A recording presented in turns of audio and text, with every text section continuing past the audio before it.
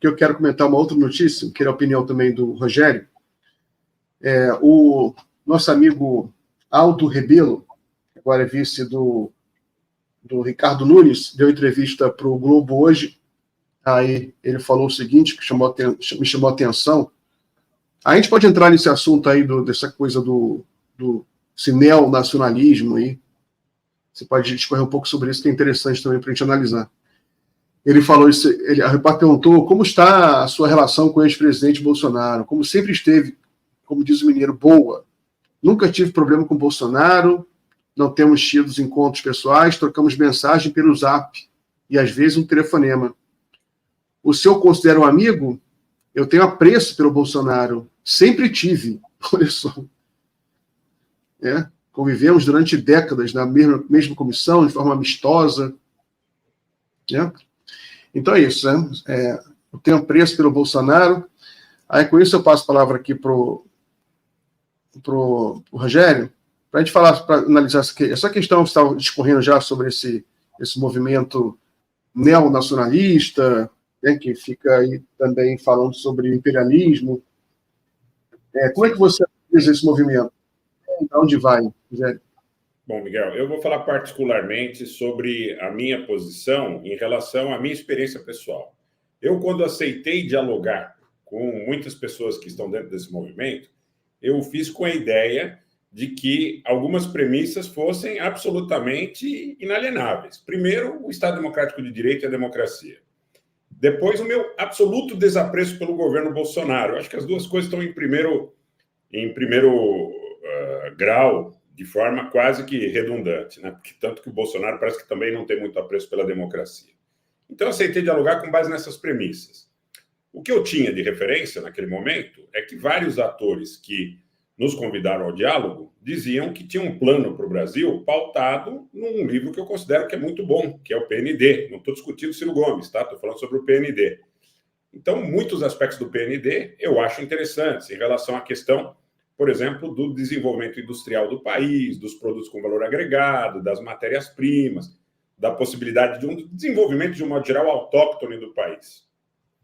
Com o passar do tempo, ficou claro que existe uma inclinação, tanto do ex-ministro Aldo Rebelo como de outros atores que dialogam nesse campo, de proximidade com o bolsonarismo, de proximidade com valores que, para mim, são absolutamente injustificáveis.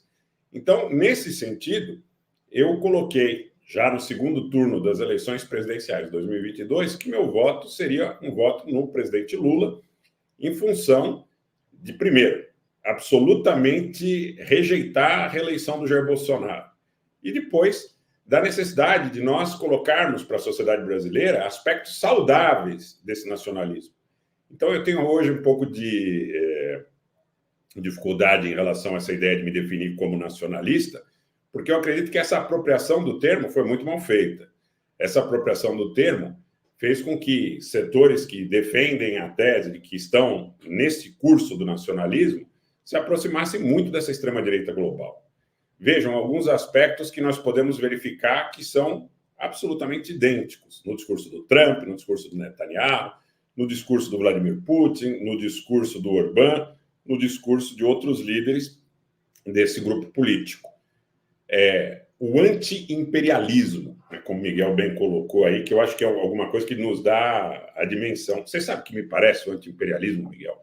Me parece a música do Chico Buarque de Holanda, que na época falava da Geni. Porque nenhum de nós, em sã consciência, no nosso campo político alargado, concorda com as intervenções dos Estados Unidos no Iraque, no Afeganistão, na antiga Iugoslávia, a participação também na deposição do líder líbio Muammar Gaddafi em 2011.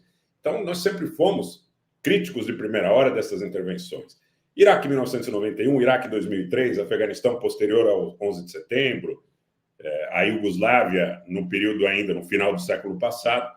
E, claramente, essas situações são apropriadas por esse grupo político para justificar o que eu digo que é um pseudo-anti-americanismo. Porque, na realidade, é um anti-americanismo que está vinculado à permanência do presidente, apesar que eles dizem que não, que Biden e Trump são a mesma coisa.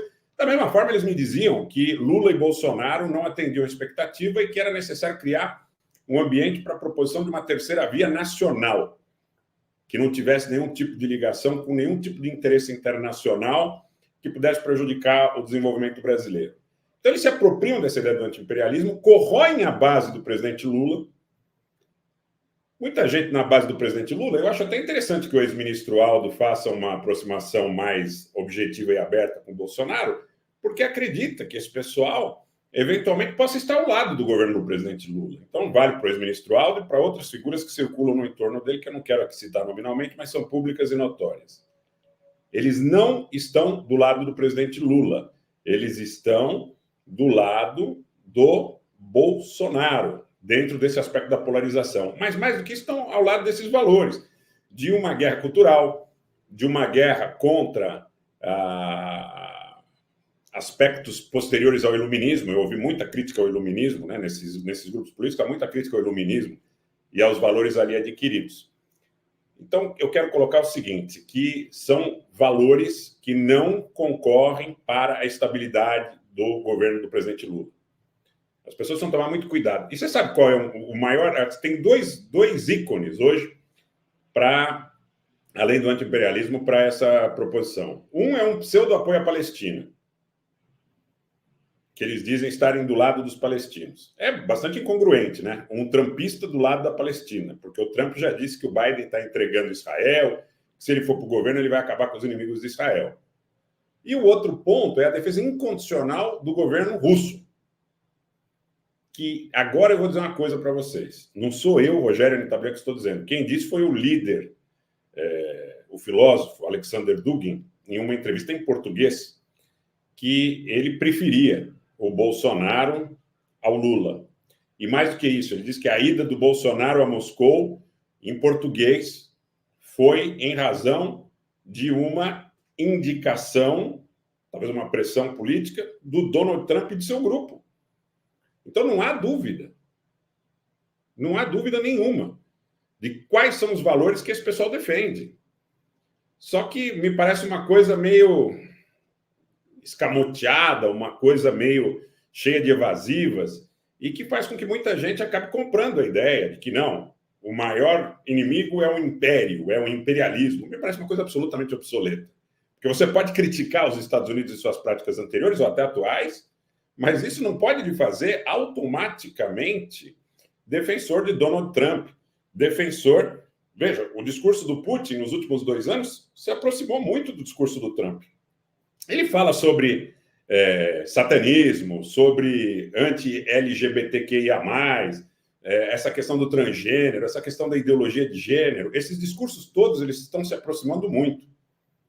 E é uma rede de negócios. Por que é uma rede de negócios? Por exemplo, a casa onde aconteceu o atentado Crocus, onde aconteceu o atentado na região metropolitana de Moscou, é um complexo no estilo de Dubai, cujo proprietário é ex-sogro da filha do ditador do Azerbaijão, Ilham Aliyev.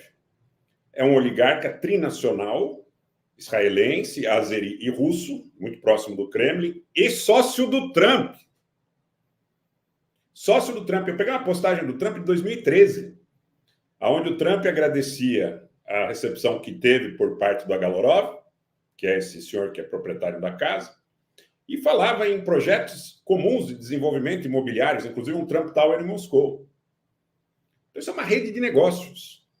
Não é por ideologia, é por negócios. E se o Donald Trump vencer as eleições dos Estados Unidos, o que parece que agora vai ficando um pouco mais improvável em função das últimas pesquisas, inclusive, o presidente Lula vai ter problema com esse pessoal corroendo, comendo por dentro da sua base, falando que a defesa da Rússia incondicional e uma pseudo-defesa da Palestina, porque não existe trumpista para a Palestina, poderiam fazer tanto a direita como a esquerda concorrerem com os mesmos objetivos em função de determinados tipos de afinidade que teriam sido encontrados por esse grupo político. É muito perigoso. Então, eu sugiro às pessoas que tenham muita atenção com isso.